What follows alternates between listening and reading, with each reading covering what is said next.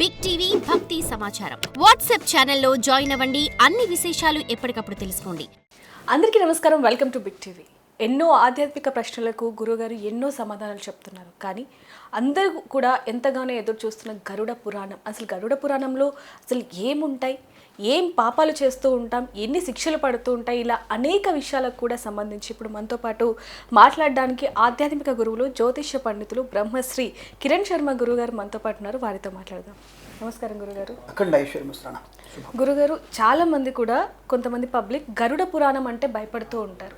అది తెలుసుకోవాలని ఎంత ఆతృతగా ఉన్నా కూడా చదవటానికి లేకపోతే దాంట్లో ఉన్న విషయాలు తెలుసుకోవడానికి కూడా భయపడుతూ ఉంటారు. అసలు గరుడ పురాణం అంటే ఏంటండి?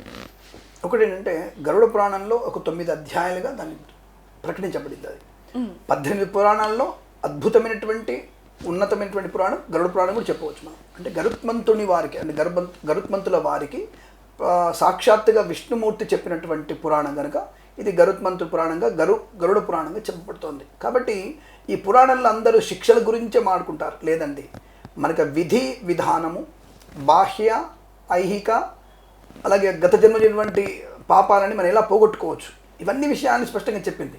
అంటే పాపం నుంచి మనం బయటపడడానికి, ఒకవేళ అలాగే మనం పాపం చేస్తూ ఉంటే ఎటువంటి శిక్షలు పడతాయో చెప్పడం అనేదే విషయం. కానీ అందరికీ శిక్షలు మాత్రమే పడుతుంది, గరుడ పురాణం చదవకూడదు, గరుడ పురాణం ఇంట్లో ఉండకూడదు అనేటువంటి మూర్ఖాగ్రేసలు కూడా చాలామంది ఉన్నారు. ఎందుకంటారంటే వాళ్ళని గరుడ పురాణంలో ఇంట్లో ఉండకూడదు, గరుడ పురాణం ఉంటే ప్రమాదం, ఇంటికి ఇబ్బంది కలుగుతుంది అనేటువంటి వ్యక్తులు చాలామంది ఉంటారు. లేదండి, 18 పురాణాలు అన్నీ కూడా మనకి ఇంట్లో చాలా హాయిగా మనం ఇంట్లో కూర్చొని 18 పురాణాలు చదవచ్చు. కానీ ఈ గరుడ పురాణంలో కొన్ని అధ్యాయాలు మాత్రమే మనం చదవకూడదు, ఇంట్లో చదవకూడదు. ఎందుకంటే ప్రేత శబ్దం అనేటువంటి కొన్ని అధ్యాయాలు ఉంటాయి. ఆ అధ్యాయాలు కేవలం ప్రేత శబ్దం ఉన్నటువంటి అంటే బయట దేవాలయంలో కానీ అడవిలో కానీ రావి చెట్టు కింద కానీ కూర్చొని అవి చదువుకోవాలి. మిగతాదంతా కూడా మనం గరుడ పురాణాన్ని శుభ్రంగా చదువుకోవచ్చు, దాన్ని మనం అనుసరించవచ్చు, దాన్ని పాటించవచ్చు. ఇందులో ముఖ్యంగా అసలు విష్ణు ఆరాధన గురించి స్పష్టంగా చెప్పబడింది. గరుడ పురాణం ఎలా చేయాలి, విష్ణు ఆరాధన అనేది చాలా స్పష్టంగా చెప్పబడింది. అలాగే తులసి మహిమ గురించి కూడా గరుడ పురాణం ఎక్కువగా ఉంటుంది. ఈ విషయం చాలామంది తెలియదు. అటువంటి వాళ్ళందరూ కూడా తెలుసుకోండి. తులసి అమ్మవారి యొక్క అనుగ్రహం ఎలా ఉంటుంది, తులసి మహిమ ఏంటన్న విషయాలు గరుడ పురాణం చాలా స్పష్టంగా చెప్పబడ్డాయి. కాబట్టి మీరందరూ కూడా విష్ణువుని ఏ విధంగా పూజించాలి, తులసి మహిమ అనే విషయాలు తెలుసుకోవాలంటే గరుడ పురాణం చదివితే మీకు తప్పకుండా స్వామివారి యొక్క అనుగ్రహంతో పాటు గరుత్మంతుని యొక్క అనుగ్రహంతో పాటు మన జీవన విధానంలో ఎలా ఉండవచ్చు, ఎలా ఉండకూడదు, ఎటువంటి పాపకర్మలు మనల్ని నశింపజేస్తాయి, మనల్ని దహింపజేస్తాయి అనే విషయాన్ని తెలుసుకొని మనం ఆచరించదగినటువంటి విశేషాలు ఎన్నో కూడా మనకి గరుడ పురాణం చెప్పబడింది. గురుగారు, అధ్యాయాల గురించి కానీ ఈ పుస్తకం గురించి కానీ మనం రాబోయే వీడియోలో ఇంకా చాలా వరకు కూడా మాట్లాడుకుంటాము. అయితే ముఖ్యంగా ఇప్పుడు జరుగుతున్న పరిస్థితులు ఏవైతే ఉన్నాయో, ఘటనలు ఏవైతే ఉన్నాయో వాటికి సంబంధించి ఒకసారి మాట్లాడుకుందాం గురుగారు. ఇప్పుడు అనేకంగా చూసుకుంటే అక్రమ సంబంధాలు, వివాహేతర సంబంధాలు ఎక్కువగా ఉన్నాయి. అంటే పెళ్ళైన తర్వాత మరొక వ్యక్తితో వివాహేతర సంబంధాలు పెట్టుకుంటే అసలు గరుడ పురాణంలో ఎటువంటి శిక్షలు ఉన్నాయండి? ఒకటేంటంటే వీరికి ముఖ్యంగా ఈ గరుడ పురాణంలో ఈ అంటే వివాహితులైనటువంటి వ్యక్తులు కానివ్వండి, వివాహం కాని వాళ్ళు అక్రమ సంబంధం అనేది అక్రమ సంబంధమే. అటువంటి వారికి వచ్చేటువంటి ప్రప్రదమైనటువంటి శిక్ష గుల్మ రోగాలు ఎక్కువగా ఉంటాయి. రెండవది కుష్టు వ్యాధి ఎక్కువగా ఉంటుంది. అంటే కుష్టు వ్యాధిని రావడానికి అవకాశాలు ఎక్కువగా ఉంటాయి. అంటే ఇప్పుడు కుష్టు వ్యాధి వచ్చిన వాళ్ళందరూ కూడా ఇలాంటి అక్రమ సంబంధాలు అయినటువంటి మళ్ళీ ఒక క్వశ్చన్ కింద కామెంట్ చేయకండి. అంటే గత జన్మలో చేసినటువంటి పాపకర్మనే మీకు తప్పకుండా ఇటువంటి శిక్ష ఖచ్చితంగా ఉంటుంది, అందులో సందేహమే లేదు. అది ఏదైనా సరే గత జన్మలో చేసినటువంటి పాపకర్మ మనల్ని తప్పకుండా పట్టి పీడిస్తుంది, అందులో సందేహం లేదు. ఈ జన్మలో తెలిసి చేసినా తెలియక చేసినా మనకి ఈ జన్మలోనే మనం అటువంటి పాపకర్మ ఫలితాన్ని అనుభవించక తప్పదు. కాబట్టి మనందరం కూడా చాలా జాగ్రత్తగా అంటే ఏదైతే ధర్మబద్ధమైందో దాన్ని మాత్రమే మనం ఆచరించి ముందుకు వెళ్తే చాలా మంచిది. ఇక్కడ గుల్మ రోగము అనగా జననేంద్రియాలకు వచ్చేటువంటి రోగం ఎక్కువగా రావడం, అలాగే కుష్టు వ్యాధి అంటే చేతులకి కాళ్ళకి వచ్చేటువంటి కుష్టు వ్యాధి, అలాగే మనకి మెదడులో వచ్చేటువంటి చిన్న వ్యాధి ఉంటుంది, అంటే మతిమరుపు లాంటిది, అది మెదడు తినేస్తూ ఉంటుంది. ఒక రకంగా మెదడు వ్యాధి కూడా అనుకోవచ్చు. ఇటువంటి వ్యాధులన్నీ రావడానికి అక్రమ సంబంధాలు తప్పకుండా కారణమయ్యే అవకాశాలు ఖచ్చితంగా ఉంటాయి. కాబట్టి మనం జాగ్రత్తగా ఉండే ప్రయత్నాన్ని చేయాల్సిందే. అంటే టీవీ ముందు కూర్చొని చేసేటువంటి ఉపన్యాసాలు కావి. తనకు తాను వ్యక్తిగతంగా ఏది సబబు, ఏది అసమంజసము, ఏది సమంజసము, ఏది ధర్మము, ఏది అధర్మం అనేది తెలుసుకొని మనం ప్రవర్తించేటువంటి విధానమే మనకి ఒక మంచి ధర్మంలో వెళ్ళాల్సినటువంటి మార్గం. దాన్ని తప్పితే గరుడ పురాణం చెప్పినటువంటి ప్రత్యక్ష సాక్ష్యంగా ఆ కర్మల్ని మనం అనుభవించాలి, ఆ శిక్షల్ని కూడా అనుభవించే ప్రయత్నం జరుగుతుంది, అందులో సందేహమే లేదు. గురుగారు మీరు ఇందాక అన్నట్టుగా తెలిసి చేసినా తెలియక చేసినా తప్పే కాబట్టి ఒకసారి చేసినా 10 సార్లు చేసినా కూడా అది తప్పే. అయితే ఇప్పుడు ఏదైతే ఈ గరుడ పురాణంలో ఉన్న శిక్షలు ఏవైతే ఉన్నాయో దాన్ని చూసి, అంటే ఇప్పుడు వినైనా సరే కొంతమంది మారాలి అనుకుంటారు కాబట్టి వాళ్ళకి సంబంధించి ఏం చెప్తారు? ఒకటి అతి క్రూరమైనటువంటి పనిష్మెంట్. మీకేదో వేరు వేరు మతాలు ఉండే షరియా చట్టాలు, ఇంకొక చట్టాలు, మన పోలీసులు వేసే చట్టాలు, అంటే దానికి న్యాయస్థాన శిక్షలు, అవి చాలా తక్కువ. గరుడ పురాణంలో చెప్పినటువంటి శిక్షలతో పోల్చుకుంటే అవి చాలా తక్కువ శిక్షలు. అయితే ఇక్కడ మనం మరణించిన తర్వాత అందరూ అనుకుంటారు మరణించిన తర్వాత ఏముంటుంది, మనకేం కనబడదు కాబట్టి ఏం పోతుందంటే ఆ జీవాత్మని ఉంటుంది. ఆ జీవాత్మని ఆత్మని పెట్టుకొని బయటకు తీసుకెళ్తున్నప్పుడు, నరక యాతనలో తీసుకెళ్తున్నప్పుడు, ఆ యమభట్టులు మనల్ని తీసుకెళ్తున్నటువంటి సమయంలో పడేటువంటి వేదన అనేది ఖచ్చితంగా ప్రతి వ్యక్తి మీరు కూర్చొని ధ్యానం చేసుకోండి. ఒకసారి ధ్యానంలో ఆ యమతీరానికి పోతున్నప్పుడు అక్కడ ఉండేటువంటి వైతరణి నది కానివ్వండి, ఇతరత్ర శూలపు రహదారులు కానివ్వండి, అలాగే కాగుతున్న నీరు కానివ్వండి, సీసము కానివ్వండి, వీటిల్లో మన జీవాత్మని వాళ్ళు పడేసి తీసుకెళ్తున్నప్పుడు మనం పడేటువంటి యాతనలు ఎలా ఉంటాయంటే అతి భయంకరమైన రోగాలు ఉంటాయి, భయంకరమైనటువంటి శిక్షలు ఉంటాయి. అది భరించడానికి ఏమాత్రం మనకి వింటేనే భయం కలుగుతుంది. ఒక మీకు విజువలేషన్లో చూడాలంటే మీరు అంటే అపరిచితులు సినిమాలో కొన్ని చూపించారు 4-5 సంఘటనలు తప్ప పెద్దగా మీకు కుంభిపాకం అని ఇంకేదో కొన్ని చెప్పారు అక్కడ. అలాంటి శిక్షలు నరకయాతనలో కొన్ని వేల శిక్షలు ఉన్నాయి, 1-2 కాదు. సో కొన్ని వేల శిక్షలు ఉన్నాయి. అలాగే ఎవరన్నా బలవంతం చేసినా, మానభంగం చేసినా, ఒకరి సొమ్ము దోచుకున్నా, బ్రహ్మహత్య చేసినా, బ్రాహ్మణ్ణి చంపినా, బ్రాహ్మణి వస్తువులు తిన్నా, అలాగే ఇతరుల యొక్క బీదవారి యొక్క వస్తువులు తిన్నా, అనవసరమైనటువంటి మాటలు మాట్లాడినా, నోరు జారినా, ఇతరుల మీద కామరూపంతో చూసినా, ఇవన్నీ కూడా మనకి అనేక రకాల శిక్షలకి, అనేక రకాల ఈ పాపాలకి శిక్షలు అనేకం ఉంటాయి. కాబట్టి అందులో అనేకమైనటువంటి శిక్షలు ఉంటాయి. అవి విని భరించగలిగే శక్తి ఉన్న వాళ్ళే మీరు గరుడ పురాణం వినగలిగే అవకాశాన్ని వినియోగించుకుంటే చాలా మంచిది. కాబట్టి ఒక్కొక్క దానికి చూడడానికి చాలా సింపుల్గా ఉంటాయి శిక్షలు, కానీ భయంకరమైన శిక్షలు అవి. ఆ జీవాత్మ వెళ్తే ఇంతే పిండ ప్రధానంగా ఉంటుంది. అది అంటే అంగుష్ట ప్రమాణాలు జీవుడు ఉంటాడు. అప్పుడు అంగుష్ట ప్రమాణం ఇంతే. ఈ యొక్క భాగాన్ని జీవా తీసుకెళ్ళి వాళ్ళు ఆ నూనెలలో తీసుకెళ్తున్నప్పుడు ఎటువంటి భయం, శూలాలతో కుచ్చుతున్నప్పుడు కరిగేటువంటి నీరుని గుద్భంలో కూడా వేసేటువంటి అవకాశం, అంటే నవరంధ్రాల్లో సీసం పోసేటువంటి ఇనుమును కరిగించి పోసేటువంటి శిక్షలు కూడా ఉన్నాయి. చెవులలో పోస్తూ ఆ చెవులోంచి పోసి ఈ చెవులోంచి తీస్తారు వాళ్ళు. అటువంటి భయం, అంటే వాళ్ళని చావనివ్వరు, వాళ్ళు ఆ జీవాత్మను చావనివ్వరు. కానీ నరకయాతనలు అంటే అవి కనబడతాయి మనకి. సీసం పోసి తీసేయడం, ముక్కులోంచి పెట్టి తీయడం, శూలాలు పెట్టి కుచ్చడం, గుండెని పుల్లలతో కుచ్చినట్టుగా కుచ్చుతారు మనకి. అంటే కొంతమంది మన బయట కనబడుతున్నటువంటి కొన్ని దుర్మార్గులు ఉన్నారు కదా, మన పక్క దేశంలో జరిగినటువంటి ఒక వ్యక్తిని ఎలాగే చంపారో తగలబెట్టినటువంటి వాళ్ళకి ఎలాంటి శిక్షలు ఉంటాయంటే వాళ్ళకి నవరంధ్రాల్లో కూడా అనేకమైనటువంటి సీసము పోసి కరిగించి పోసి ఆ సీసాన్ని మళ్ళీ తీస్తూ దానికి ఒక రకమైనటువంటి కంచెలు ఉంటాయి, గధ ఉంటుంది కంచె. ఆ కంచె గధతో ఆ సీసము తీసి గధను కుచ్చుతారు మళ్ళీ. అటువంటి భయంకరమైన శిక్షలు పడే అవకాశం ఉంటుంది. భగవంతుడు ఊరుకోడు. సో కాబట్టి అక్కడ ఆయన సర్వాంతర్యామిగా ఈ మతం అవతలే, సర్వమతానికి సనాతన ధర్మం ఒకటే. కాబట్టి అక్కడికి వెళ్ళిన తర్వాత జరిగేటువంటి పరిణామాలు ఘోరంగా ఉంటాయి. కాబట్టి మనం చేసేటువంటి ప్రతి పాపకర్మకి క్రియేట్ అవుతూనే ఉంటుంది. ప్రతి పాపకర్మ క్రియేట్. అబద్ధం ఆడే మొదలు పెడితే, అవతల వాళ్ళు హింసించ మొదలు పెడితే, దొంగతనం, అన్నం దొంగతనం, ఒక వస్తువు దొంగతనం, పెన్ను దొంగతనం, పేపర్ దొంగతనం, వ్యక్తిని అనవసరంగా అనుభవించడం, అవతల వాళ్ళని నిందమోపడం, ఇలా అనేకమైనటువంటి ప్రతి ఒక్క పాపానికి శిక్ష తప్పక అనుభవించాల్సిందే ఉంటుంది. ఆ విషయాన్ని గమనించుకోండి. గురుగారు, ఇందాక మీరు అన్నట్టుగా ఏవైతే సినిమాల్లో కొన్ని శిక్షలు చూపించారో, అపరిచితుడు కావచ్చు, లేకపోతే యమదొంగ, ఇలా కొన్ని సినిమాల్లో శిక్షల్ని కూడా చూపించడం జరిగింది. నిజంగానే అందులో ఉన్నట్టుగానే కనుక చనిపోయిన తర్వాత శిక్షలు ఉన్నాయి అంటే చాలామంది కూడా తప్పుల్ని కూడా చేయరు అని చెప్పొచ్చు. కానీ కొంతమంది మాత్రం చనిపోయాక ఏదైతే అది అవుతుందిలే, ఇప్పుడు ఉన్నాం కాబట్టి కొన్ని అనుభవించేద్దాం, కొంచెం ఎంజాయ్ చేద్దాం అన్న ఫీలింగ్లో కూడా ఆలోచనలో బ్రతుకుతూ ఉంటారు. కాబట్టి వాళ్ళకి సంబంధించి ఏం చెప్తారు? ఒకటి అదే అనుకుంటున్నాం, వాళ్ళు కేవలం భౌతికమైనటువంటి శరీరంతో వాళ్ళు ఎంజాయ్ చేస్తున్నాం అనుకుంటారు. కానీ ఈ శరీరము ఒక కుండకి చిల్లున్నటువంటి కుండ లాంటిది. ఒక కింద మనం కుండ కింద చిల్లు పెడితే మనకి నిండా నీళ్లు పోస్తాం మనం. ఎలాగైతే నీరు పోలుతున్నప్పుడు ముసలితనం అలాంటిది ముసలితనం దగ్గరికి వస్తూ ఉంటుంది. ఎంటి కుండ మారిపోయినట్టుగా మన శరీరంలో ప్రతి అవయవం కూడా కుచించుకుపోయి ముసలితనం అనేది మన దగ్గరగా వస్తుంది. బాగా గుర్తుపెట్టుకోండి. కాబట్టి ఏదో యవ్వనం అనేది ఒక 25-30 ఏళ్ళు మాత్రమే, అది గుర్తుపెట్టుకోండి. చదువు వరకు 22 ఏళ్ళు 23 ఏళ్ళు చదువు, తర్వాత కష్టపడుతూ ఉద్యోగం చేస్తూ ఎంజాయ్ చేస్తూ ఒక 35 ఏళ్ళే. ఆ తర్వాత బాధ్యతలు, ముసలితనము. ఆ ముసలితనంలో వచ్చేటువంటి వేదన ప్రత్యక్ష నరకానికి కనిపిస్తుంది. మన పిల్లలు ప్రయోజకులై మనల్ని బాగా చూసుకుంటే తప్ప ఆ ముసలితనంలోనే మనకి నరకం కనపడుతూ ఉంటుంది. కాబట్టి అటువంటి నరకంలో మనం పడకుండా ఉండాలంటే మంచి కర్మలు మాత్రమే చేస్తే తప్ప శిక్షలు ఏదో మనకు చనిపోయిన తర్వాత శిక్షలు పడతాయి, తర్వాత చూసుకుందాంలే, మన 70 ఏళ్ళలో మనం వ్యాపారం చేద్దాం, దొంగ వ్యాపారం చేద్దాం, గంజాయి పండిద్దాం, లేకపోతే ఇంకొకరిని అనుభవిద్దాం, అమ్మాయిల్ని వేరే దేశాలకు అమ్మేద్దాం, చిన్నపిల్లల్ని ఎత్తుకుపోదాం అనేటువంటి ప్రతి వ్యక్తి కూడా జరిగేటువంటి అనేక రకాల పాపకర్మలకి ప్రత్యక్షమైనటువంటి నరకం ఈ జన్మలో ఉంటుంది.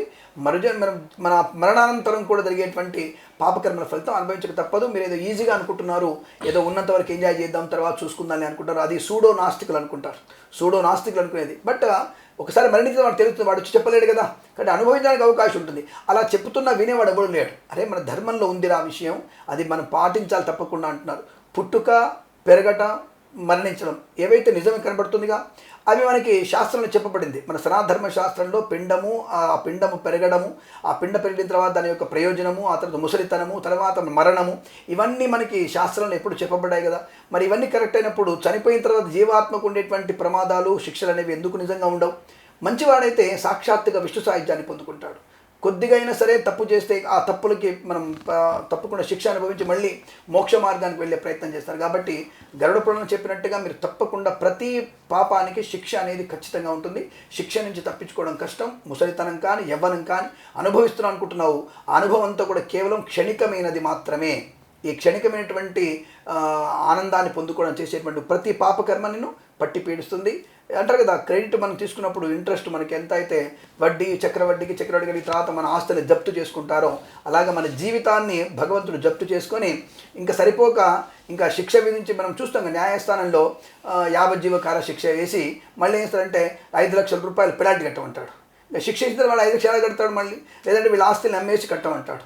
సో ఇలా అనేక రకాలు మీకు ఇక్కడ కనబడుతుందిగా. శిక్ష వేస్తాడు, యావజ్జీవ శిక్ష అంటాడు, 25 సంవత్సరాలు అయితే మరణానంతం వరకు శిక్ష అంటాడు అని వాళ్ళ పైనుంచి 5 లక్షల రూపాయల పెనాల్టీ కట్టాలి వీడు, లేదా 25 లక్షలు కట్ట అంటాడు. సో అంటే ఆ శిక్షనే డబ్బులు కట్టాల్సిందే. ఈ జన్మలో కూడా మనము అనుభవిస్తున్న రోగంతో అనుభవించి తర్వాత మళ్ళీ మనం చక్రవడ్డీ ఆ వడ్డీ ద్వారా పాపకర్మలు చేసినందుకు ఫలితాన్ని తప్పకుండా అనుభవించాలి. కాబట్టి ఎట్టి పిల్లలు తప్పించుకునేటువంటి అవకాశం ఉండదు. ఇది గరుత్మంతుడికి విష్ణుమూర్తి చెప్పినటువంటి విషయంలో గరుడ పురాణంలో స్పష్టంగా చెప్పబడింది. అనేక రకాల శిక్షలు ఉంటాయి. యవ్వనము క్షణభంగురం అనే విషయాన్ని గుర్తుంచుకోండి. గురుగారు, ఇంకొక విషయం కూడా చూసుకుంటే ఆడపిల్లలపై జరుగుతున్న అఘాయిత్యాలు కావచ్చు, లేకపోతే చిన్న పిల్లల్ని కూడా వదలని పరిస్థితి కనిపిస్తుంది. అలాంటి పురుషులను చాలా మటుకు మనం చూస్తున్నాం. కొంతమందికి శిక్ష పడుతుంది, కొంతమంది మాత్రం చట్టం నుంచి తప్పించుకుంటున్నారు. కానీ గరుడ పురాణం నుంచి తప్పించుకోవచ్చు అంటారా? గరుడ పురాణంలో అత్యాచారానికి గల శిక్షలు ఏమున్నాయండి? ఒకటి, ఈ అత్యాచారానికి భయంకరమైన శిక్ష పడిందంటే ఈ వాళ్ళ శరీరంలో ఉన్న అవయవాలన్నీ కూడా వేరు చేసి మళ్ళీ అతికిస్తుంటారు. అటువంటి భయంకరమైన శిక్ష ఉంటుంది. కాలుకు కాలు, చేతికి చేయి విడదీసి మళ్ళీ వాడిని అతికించే ప్రయత్నం. కంటిలో శూలాలు అంటే సన్నటి శూలాలు, దారం లాంటి శూలాలతో ఆ కండ్లలో కుచ్చి వెనుక నుంచి పుర్రలో తీసేటువంటి శిక్షలు ఉంటాయి.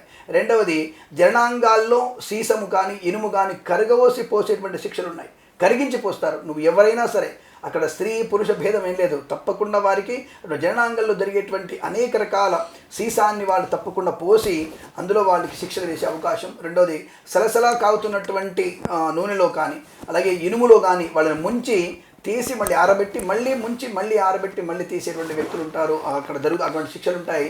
కాబట్టి అందులో అభంశువంతులైనటువంటి చంటి పాపలను ఎవరైతే మీరు హింస పెడుతున్నారో వారికి నరకంలో దాదాపుగా 16 జన్మ నరకం ఖచ్చితంగా ఉంటుంది. 16 జన్మల నరకం ఉంటుంది. అంటే 16 జన్మలు మీకు వచ్చేటువంటి వల్ల ఆ 16 జన్మలు మీరు పుట్టడం మళ్ళీ నరకంలోనే ఉంటారు తప్ప మళ్ళీ మీరు మోక్షానికి పొందుకునే అవకాశం, ఇతర మతాల వాళ్ళకు వచ్చేటువంటి వాళ్ళకి స్వర్గాలు వచ్చే అవకాశం అటువంటివి ఏమి ఉండవు. కాబట్టి మీరు ఈ యొక్క చంటి పిల్లలు అంటే చిన్న పిల్లల్ని అంటే అభంశువంతైన పిల్లలు వాళ్ళకి అటువంటి వాళ్ళని కూడా కామంతో చూసినటువంటి మిమ్మల్ని తప్పకుండా అక్కడ ఎవరో ఆ గరుడ పురాణంలో కాదు, మనం ప్రత్యక్షంగా మనమే వాళ్ళటువంటి శిక్షలు విధిస్తే బాగుంటుంది నాకు అనిపిస్తుంది. అప్పుడైతేనే మనకి భౌతికమైనటువంటి ఎవరైతే ఆ అమ్మాయిలు ఇబ్బంది పడ్డారో వాళ్ళకి కనీసం మనశ్శాంతి కలుగుతుంది, వాళ్ళ ఆత్మశాంతి కలిగే అవకాశం నా అభిప్రాయం. కాబట్టి ఇది మనం చట్టంలో అటువంటి శిక్షల్ని కనుక మనం తీసుకురాగలిగితే తప్పకుండా ఈ మన ఉన్నటువంటి సమాజంలో కొంతైనా మార్పు మనం పొందుకోవచ్చు. అంటే కొన్ని గరుడ పురాణ శిక్షల్ని మనం అమలు చేస్తే మన ప్రభుత్వం వారు కొంతవరకు తప్పకుండా కొన్ని శిక్షలు అంటే కొన్ని పాపాల నుంచి, తప్పుల నుంచి, సమాజమైనటువంటి చర్యల నుంచి మనం బయటపడే అవకాశం ఖచ్చితంగా ఉంది నా అభిప్రాయం. గురుగారు, ఏ జన్మలో చేసిన పాపం ఆ జన్మలో అనుభవించాల్సి ఉంటుంది అంటున్నారు. అయితే మీరు ఇందాక మొదట్లో చెప్పినట్టుగా గత జన్మలో చేసిన పాపం కూడా ఖచ్చితంగా ఈ జన్మలో అనుభవించాల్సిందే అంటున్నారు. దానికి గరుడ పురాణానికి ఉన్న ఆ వ్యత్యాసం ఎంతవరకు ఉందండి? ఆ విషయం కూడా గరుడ పురాణం చెప్పబడింది. అచ్యుత్కటై పుణ్యపాపై ఏయైవ ఫలమశ్నుతే. మనం చేసినటువంటి విపరీతమైనటువంటి పాపకర్మలకి పుణ్యకర్మలకి ఈ జన్మలో కూడా మనం అనుభవించే అవకాశం ఉంటుంది. అది పాపకర్మ కానీ పుణ్యకర్మ కానీ. కానీ అటువంటి పుణ్యకర్మలకైతేనే మనం మోక్షాన్ని పొందుకునే అవకాశం. పాపకర్మల యుతం అయితే తప్పకుండా మనం ఈ జన్మలోనే అనుభవించడం. ఎలా అనుభవిస్తున్నాం? రోగముతో, రొప్పులతో. ఇప్పుడు గుండె ఆపరేషన్లు, గుండెలో ఇప్పుడు స్టంట్లు వేస్తున్నారు. ఎన్ని స్టంట్లు వేస్తున్నారు, ఎంత ఓపెన్ హార్ట్ సర్జరీ చేస్తున్నారు, కిడ్నీలు పోతున్నాయి, లివర్లు పోతున్నాయి, అయినా సరే బతకడం లేదు. దరిద్రంతో బాధపడుతున్నాడు, భాగ్యవంతుడైనా సరే తినలేకపోతున్నాడు, నిత్యం భయంతో బతుకుతున్నాడు. అలాగే అపచారాలు చేస్తున్నాడు, దైవ దూషణ, బ్రాహ్మణ దూషణ, పిల్లల్ని దూషించడం, అవతల వాళ్ళని కొట్టి చంపడం, ఇలా అనేక రకమైనటువంటి పాపకర్మలను ప్రత్యక్షంగా చూస్తున్నాం. వారందరికీ కూడా మన గరుడ పురాణంలో చెప్పిన విధమే ఇది విషయం. అంటే ఏ మనం గత జన్మలు చేసిన పాప పుణ్య కర్మల వల్లనే భార్య, పిల్లలు ఇవందరూ కూడా మనకు వస్తాయి, ధనము ఇవన్నీ కూడా లభిస్తాయి. గత జన్మలో చేసినటువంటి పుణ్యకర్మల వల్ల మనకి ధనయోగము, ఐశ్వర్యము, ఆనందము, సుఖము, రోగముల క్షయం వస్తుంది. గత జన్మలో పాపకర్మల వల్ల చెడ భార్య, రోగంతో ఉన్నటువంటి వ్యక్తులు, అలాగే రోగాలను పొందుకోవడం, సంతానం లేకపోవడం, అనేకమైనటువంటి విపత్తులలో ఇరుక్కోవడం, తినలేకపోవడం, భాగ్యవంతులైన మాట లేకపోవడం, అంటే అన్నీ ఉంటాయి. వాడికి నోరు తినడానికి ఏది ఉండదు, ప్రయోజకుడు కాదు. కాబట్టి అటువంటివన్నీ కూడా మనకి కర్మానుష్ఠానమే.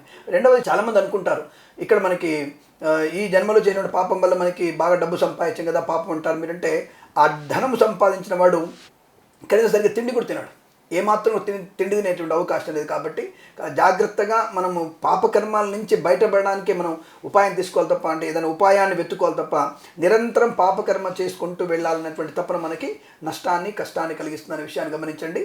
ఇది మీకు గరుడ పురాణంలో గత జన్మ పూర్ణమైనటువంటి ఫలితమై ఈ జన్మలో వస్తున్న విషయం స్పష్టంగా చెప్పబడింది. దానికి విరుద్ధంగా ఏం చెప్పబడలేదు. అయితే గురుగారు, కొంతమంది మాటలు వింటూ ఉంటే గత జన్మలో ఏం పాపం చేశానో తెలియదు, ఈ జన్మలో ఇంత బాధ అనుభవిస్తున్నాను అంటూ ఉంటారు. వాళ్ళ బాధని గట్టెక్కించాలంటే ఏమైనా పరిహారాలు ఏమైనా ఉన్నాయంటారా, లేదా ఆ పాపాన్ని, ఆ శిక్షను అనుభవిస్తూనే ఉండాలి అంటారా? ఒకటి గుర్తుపెట్టుకోమ్మా, అంటే నిరంతరం మనిషి పాపకర్మని చేస్తున్నట్టయితే తప్పకుండా వాళ్ళు పాపకర్మ ఫలితాన్ని అనుభవిస్తూనే ఉంటారు. అయితే ఇక్కడ ఒక విషయం చెప్పడం మీకు ముఖ్యమైనది. చాలామంది చనిపోతే బాగుండు, చనిపోతేనే శిక్ష అనుకుంటారు. కాదు, బతికున్నప్పుడు అత్యంత దరిద్రం, అంటే కనీసం తినడానికి తిండి లేక, పిల్లల్ని, భార్యని, తల్లిని పోషించలేక బతుకు ఏడుస్తున్నప్పుడు వ్యక్తులు కూడా దీనికంటే మరణమే మంచిది అనుకోవడం కూడా మరణంతో సమానం, అది శిక్షనే. అలాగే కొంతమంది రోగంతో బాధపడుతూ మంచాన ఉంటూ కళ్ళు మాత్రం కనపడుతూ దాహానికి నీరు కూడా తాగలేక ఏది కూడా మింగుడు పోక దీనికంటే నేను చనిపోతే బాగుండు అనుకోవడం కూడా మరణ శిక్షనే. బట్ ఇవన్నీ కూడా బతుకున్నప్పుడు పడే శిక్షలేగా. ఒక మంచాన పడ్డం, పక్షపాతం వచ్చిందంటే ఇవే కారణాలు. భార్యని హింసించిన, తల్లిదండ్రులను హింసించిన పక్షపాత రోగం వస్తుంది, గుల్మ రోగాలు వస్తాయి. అలాగే కంటి జబ్బు రావడానికి అవకాశం ఏంటంటే అవతల వ్యక్తుల యొక్క దృష్టి దోషం, మనం వాళ్ళ అవతల వాళ్ళని చూసి ఓర్వలేనితనం వల్ల మనకి దృష్టి దోషాలు వచ్చే అవకాశాలు ఉంటాయి. లేనిపోని వ్యక్తులతో మన ఇరు వర్గాల మధ్యలో గొడవ పెట్టి అనేకమైన వ్యక్తుల మరణానికి కారణమైనటువంటి మనము తప్పకుండా ఒక పందిగా పుట్టే అవకాశం. అంటే పంది అనేది ఏమనుకుంటారు, తప్పకుండా అనేకమైనటువంటి మనుషుల యొక్క అశుద్ధాన్ని తినేటువంటి పంది. సో మరి అది మన పురాణాల్లో మీకు స్వామి వరాహస్వామి అవతారం ఉంది కదా, మంచిది అనుకునే వాళ్ళు కూడా ఉంటారు. అక్కడ వరాహస్వామి అవతారము ఉద్ధరణ వేరు, అక్కడ వచ్చినటువంటి వరాహస్వామి ఉద్ధరణ కారణం వేరు, అక్కడ అవతారం వేరు. అది అక్కడ ఉండేటువంటిది శ్వేతవరాహం. ఆ విషయాన్ని గుర్తుపెట్టుకోండి తప్ప మామూలుగా ఉండేటువంటి మన కలిగిన పందికిను ఆ భగవంతుడు ఉన్నటువంటి పందికి సమానమైనటువంటి రూపాన్ని మీరు పెట్టుకోకండి. ఇక్కడ ప్రతి వ్యక్తి అనేకమైనటువంటి వ్యక్తుల యొక్క అశుద్ధాన్ని తినేటువంటి జన్మనెత్తగలిగే పంది జన్మ కూడా మనకు వచ్చే అవకాశం ఉంటుంది. కాబట్టి జన్మలకి మనం పాపాన్ని క్రియేట్ చేసుకుంటే అనేక జన్మలలో అనేక పాపకర్మల వల్ల ఫలితాన్ని ఖచ్చితంగా అనుభవించాల్సిందే. దానికి ఈ జన్మలో మనం అనుభవించేది రోగంతో, రొప్పులతో అనుభవిస్తున్నాం. కాబట్టి ఇది ప్రత్యక్ష నరకంగానే కనబడుతుంది మనకు అనే విషయం కూడా గరుడ పురాణం స్పష్టంగా చెప్పబడింది మనకి. గురుగారు, అంటే గరుడ పురాణంలో ఎన్నో శిక్షలు ఉన్నాయి, ఎన్నో చేసిన తప్పులకి. అయితే ఇప్పుడు చూసుకుంటే కనుక చాలామంది హత్యలు చేస్తున్నారు, ఆత్మహత్యలు కూడా, చిన్న చిన్న వాటికి ఆత్మహత్యలు చేసుకుంటున్న వాళ్ళు కూడా ఉన్నారు. అంటే మీరు ఇందాక అన్నట్టుగా బాధల్ని, ఈ కష్టాలని నేను అనుభవించలేను, చనిపోతానన్న వాళ్ళకి శిక్ష అదే ఉంటుందంటారా, లేకపోతే గరుడ పురాణంలో కూడా ఆత్మహత్య చేసుకుంటే ఇంకేమైనా శిక్షలు ఉన్నాయంటారా? ఇందాక మనం చెప్పినట్టుగా 86,000 భూలోకం నుంచి అక్కడికి మనం యమపురికి 86,000, అంటే ఇంత మన జీవన్ని ఇంత దూరం తీసుకెళ్ళిపోయే అవకాశం ఉంటుంది. మీరు ఇందాక మీరు అడిగినట్టుగా ఆత్మహత్య కూడా పాపాల్లో అదొక పాపం, ప్రమాదకరమైన పాపం. అది నిన్ను చంపుకోవడానికి నీకు అధికారం లేదు, అదే ఆ విషయం గుర్తుపెట్టుకున్నాను. అందుకే భ్రూణ హత్య కూడా చాలా ప్రమాదాన్ని కలిగిస్తుంది. అంటే మనము గర్భిణీ స్త్రీలు ఎవరైనా సరే గర్భస్రావం చేసిన డాక్టర్ కూడా ఇది ప్రమాదం కలిగిస్తుంది. భ్రూణ హత్యలు కూడా చాలా ప్రమాదాన్ని కలిగిస్తాయి. ఆ విషయాన్ని గమనించుకోవాలి. భగవంతుడు సృష్టించిన దేన్ని కూడా నాశనం చేయడానికి అర్హత లేదు. భగవంతుడు సృష్టించిన దేనిని కూడా, ఈ దేహాన్ని ఇది అనుకుంటున్నావు, కానీ లోపల ఉన్నటువంటి జీవం ఇది కాదు, ఆ జీవం పరమాత్మది. కాబట్టి ఆయన ఎప్పుడు తీసుకెళ్ళి అప్పుడే తీసుకెళ్తాడు. Is the ruler. అంతప్ప నీ ఇష్టం వచ్చినట్టుగా నీ యొక్క శరీరంలో నుంచి వెళ్ళిపోతా అంటే కుదరదు. అది నరకయాత నడిపించడానికి ఆత్మహత్య కూడా ఒక కారణం అవుతుంది. అది మరొక మహాపాపాన్ని క్రియేట్ చేస్తుంది. కాబట్టి ఆత్మహత్య సదృశ్యం అనేది మంచిది కాదన్న విషయాన్ని. ఇక హత్య విషయంలో చూసుకుంటే తప్పకుండా మీరు ఎవరైతే ఈ హత్యలు చేయడానికి పూనుకుంటున్నారో మీరందరికీ అనేకమైనటువంటి ఈ క్షుద్రోగం అంటారు దాన్ని, అంటే ఉదర సంబంధించినటువంటి అనారోగ్యాలు, అలాగే కిడ్నీ సంబంధించినటువంటి అనారోగ్యము, రాచపుండు వెన్నుపూస మీద వచ్చేటువంటి అనారోగ్యము, మనిషి కదలలేని స్థితి, అవతల వ్యక్తిని చంపుతున్న వాళ్ళకి, బలాత్కరించిన వారికి నడుము మీద వెన్నుపూసం వచ్చేటువంటి రోగం ఉంటుంది. ఆ రోగంతో బాధపడి శరీరం అంతా కూడా చచ్చుబడిపోయి కేవలం నోరు మాత్రమే పనిచేస్తున్న వాడికి మిగతా ఏ అవయవాలు పనిచేయవు. అటువంటి రోగం కూడా రావడానికి అవకాశం ఉంటుంది. అటువంటి శిక్షనే మనకి గరుడ పురాణం స్పష్టంగా చెప్పబడింది. ఆ శిక్షలతోనే వాళ్ళు బాధపడతారు. అటువంటి శిక్ష అనుభవించక తప్పదు వాళ్ళు.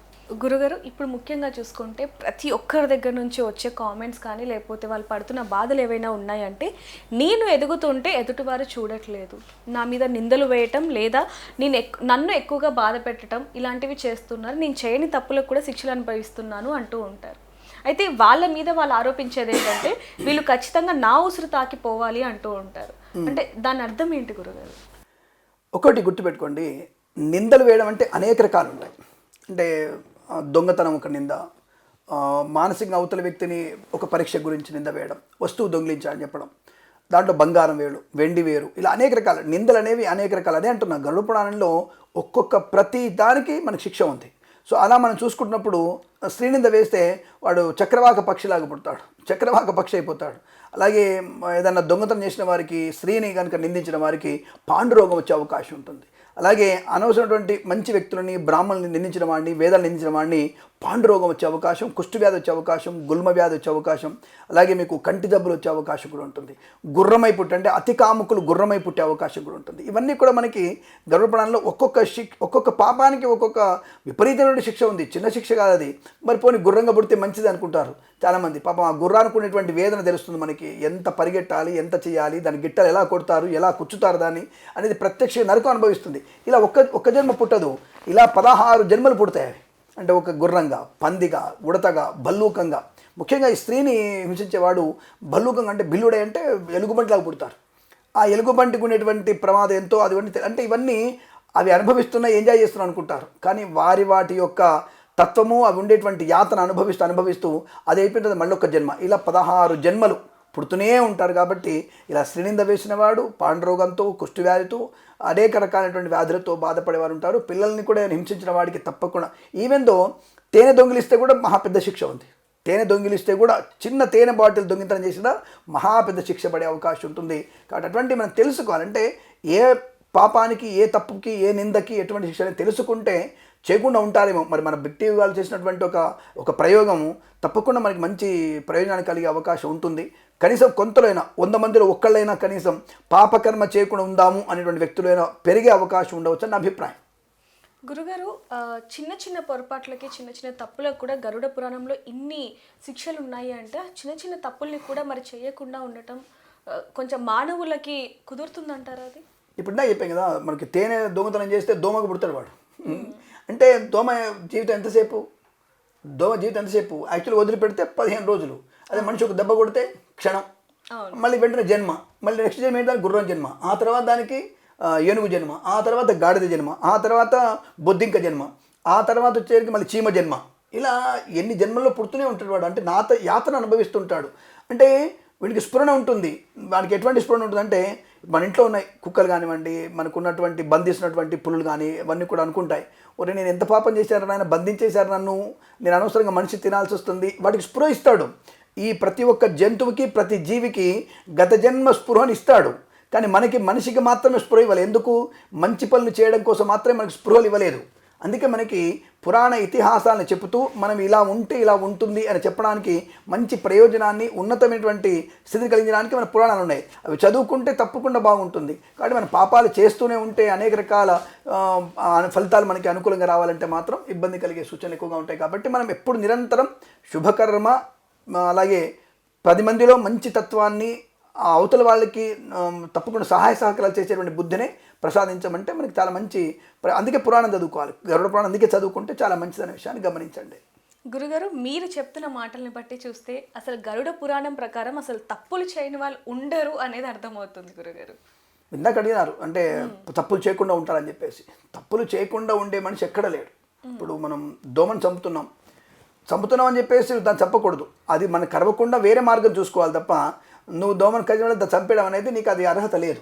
సో కాబట్టి ఒక జీవిని చంపేటువంటి మనకు అర్హత లేదు. అని చెప్పేసి దోమలు చంపకపోతే మనకు రోగం వస్తుంది అనుకుంటే దోమలు చంపకుండా నీ ఆరోగ్యం కోసం వేరే ఏదైనా చేసుకో. నువ్వు పొగ పెట్టుకో, అంటే నువ్వు ఏదైనా పొగ పెట్టుకో, లేదంటే నువ్వేమన్నా వేపాకులు పొగ పెట్టుకో, అలాంటి వాటి వల్ల దూరం వెళ్ళిపోతుంది తప్ప నీకు రావుగా.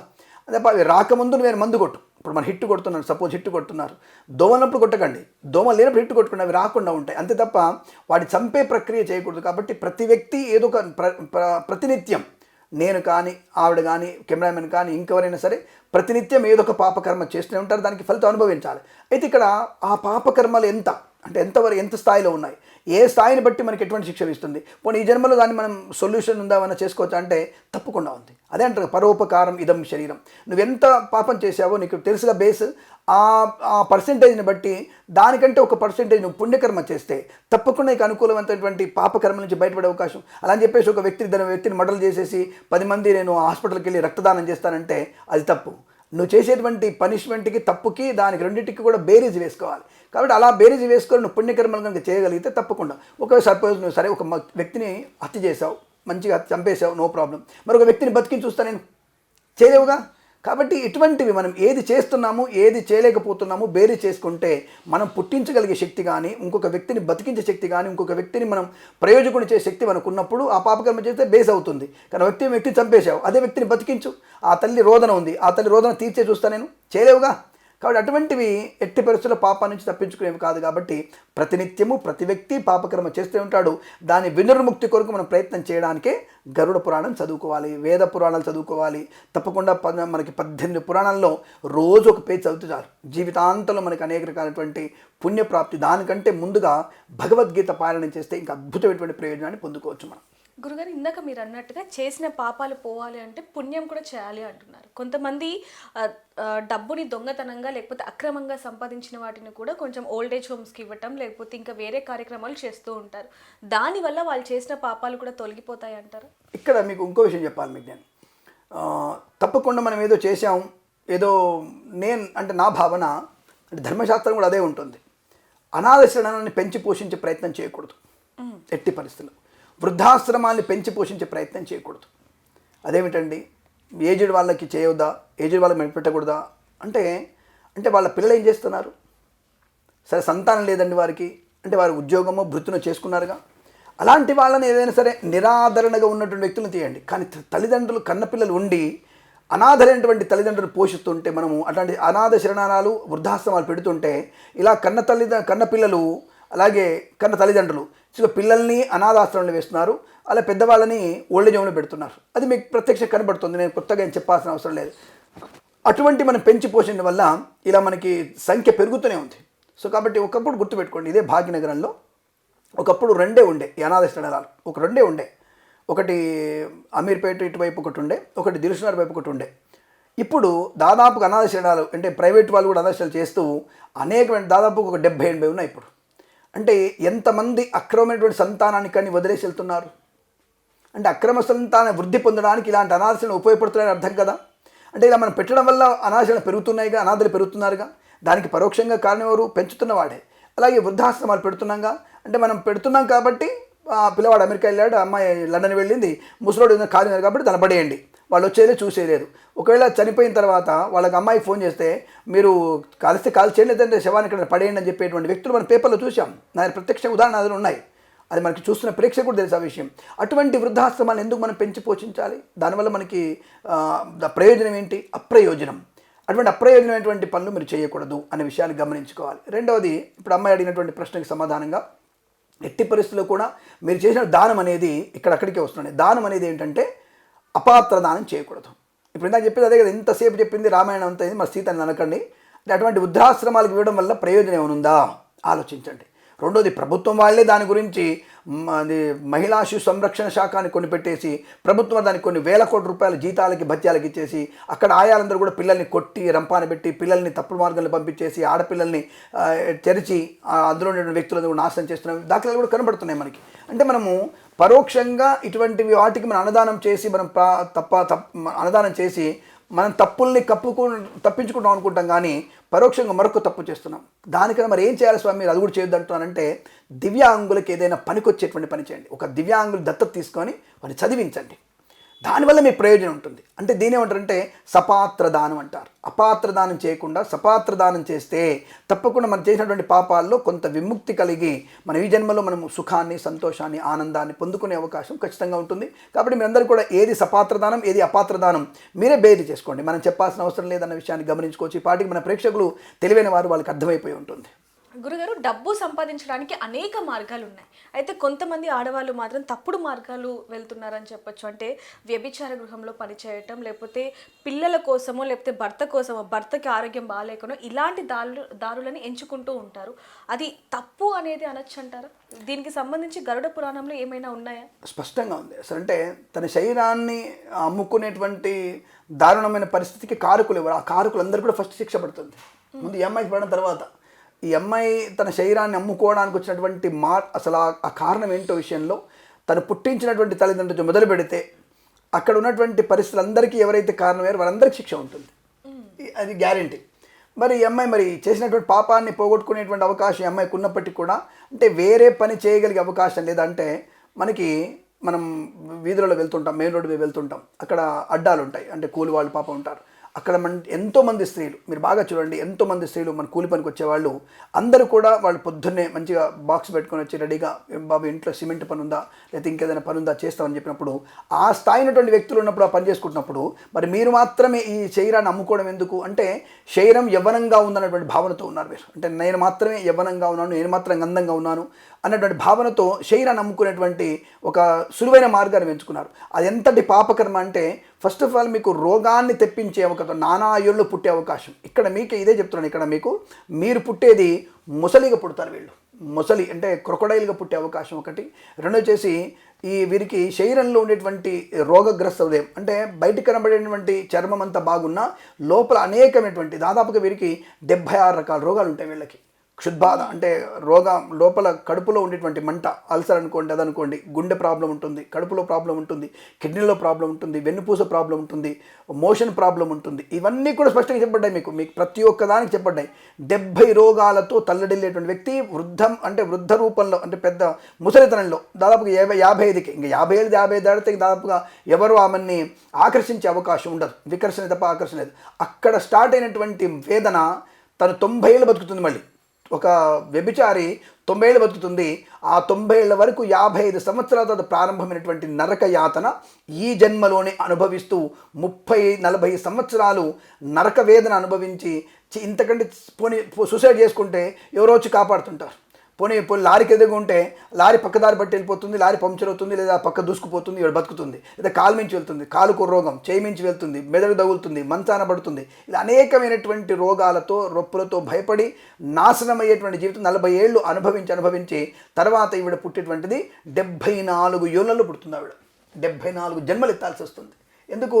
నేను అందరూ సుఖాన్ని ఇచ్చాను కదా అనేటువంటి సినిమా డైలాగ్ పనికిరావు. ఇక్కడ ధర్మం అనేది ఏంటి తెలుసుకునే ప్రయత్నం చేస్తే అద్భుతమైనటువంటి మనం ఎలా ఉండవచ్చును అనేది తెలిసేటువంటి అవకాశం ఉంటుంది. కాబట్టి మీరందరూ కూడా ఎటువంటి పురాణ ఇతిహాసాలు చదివితే మనం ఎలా ఉండవచ్చును అనేది ఒక మంచి ధర్మాన్ని, ఒక నడవడికని, ఒక ఉన్నతమైనటువంటి శ్రేష్టమైనటువంటి మానవ ధర్మాన్ని, అది మగ కానీ స్త్రీ కానీ ఎవరైనా సరే ఎలా ఉండాలని చెప్పేటువంటి శాస్త్రం అంటే ఇది మహాపురాణాల్లో గరుడపురాణం ఒక్కటే మీకు స్పష్టంగా చెప్పగలుగుతుంది. ఆ విషయాన్ని గమనించుకునే ప్రయత్నాన్ని చేయండి.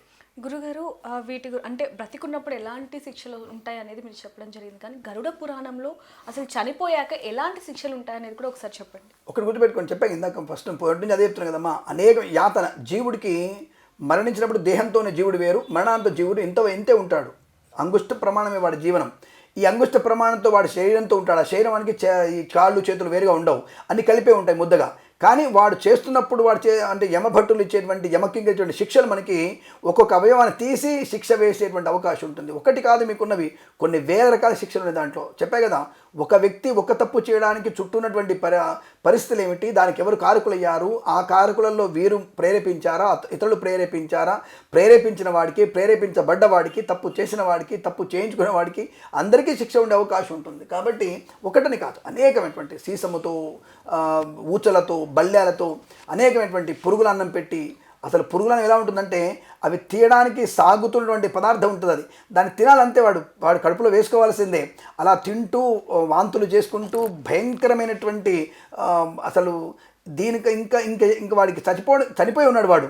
ఇంకా దేవుడా నేను తప్పు అయింది క్షమించన్నా కూడా నీ యాతన పూర్తయ్యేంత వరకు, అంటే నేను చేసిన పాపకర్మ పూర్తయ్యేంత వరకు అనేక రకాల హింసలు, ఒకటి కాదు అంటే ఒక్కొక్కటి మనం చెప్పుకుంటూ వెళ్తే మనకి ఒక 2-3 ఏళ్ళు పడుతుంది ఈ యొక్క ఎపిసోడ్స్ అన్నీ కూడా చెప్పుకోగలితే. తప్పకుండా అనేక రకాలు, ఒకటి కాదు. దాంట్లో ప్రధానమైనవి శూలము, సీసము, ఇనుము, అలాగే ముళ్ళ కంచెలు, వైతరి నదిలో లాక్కెళ్ళడము, గాడిద జన్మలు, పంది జన్మలు, ఇలా అనేక రకాల యోనులలో పుట్టేటువంటివి. అలాగే మనకి బతుకున్నప్పుడే చెన్నకొల, మనకి ఒక సినిమాలో చూపిస్తారు చూసారా, ఎన్టీఆర్ చాంపియన్ సినిమాలో ఒక చెన్నకొల ముళ్ళ చెర్ల ఉంటుంది, దానితో కొడుతూ చర్మాన్ని తాగిస్తారు వాళ్ళు. నిజంగా అటువంటి చెన్నకొలతో కొడుతున్నప్పుడు ఆ చర్మము ఇలా లాక్కుంటూ వచ్చేసి చీరిపోతుంటుంది. అది ఆ రక్తము చుక్కున్నటువంటి ఒక మనకి సినిమాలో చూపిస్తారు కదా, చొచ్చుకొచ్చినట్టు ఇంగ్లీష్ సినిమాలో ఉంటుంది, అది ఆ రక్తం ఇట్లా పదునుగా కొట్టుకొచ్చినట్టు ఉంటుంది. అలాంటివే ప్రత్యక్షంగా కనబడతాయి మనకి, మీరు పరోక్షం కాదు ప్రత్యక్ష నరకమే అది కనబడుతుంది. మీరు అనొచ్చు కొంతమంది ఏంటి కిరణ్ శర్మ బాబు చూసినట్టు చెప్తున్నాడు అంటే, ఇది పురాణం చెప్పబడింది, అలా ప్రత్యక్షంగా మన కళ్ళ కట్టినట్టు చెప్పబడుతుంది. కాబట్టి ఈ విషయాన్ని మీకు చెప్పేటువంటి కొంత స్థాయి నాకు వచ్చింది.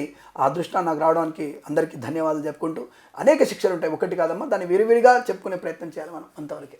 గురుగారు, అకాల మరణాలు అంటే యాక్సిడెంట్లో కావచ్చు, లేకపోతే ఇప్పుడు ఇటీవల కాలంలో చూస్తుంటే హార్ట్ అటాక్తో చనిపోతున్న చిన్నపిల్లలు కూడా, గుండె నొప్పితో లేకపోతే ఇంకే కారణాల వల్ల చనిపోతున్న వాళ్ళు అనేక మంది ఉన్నారు.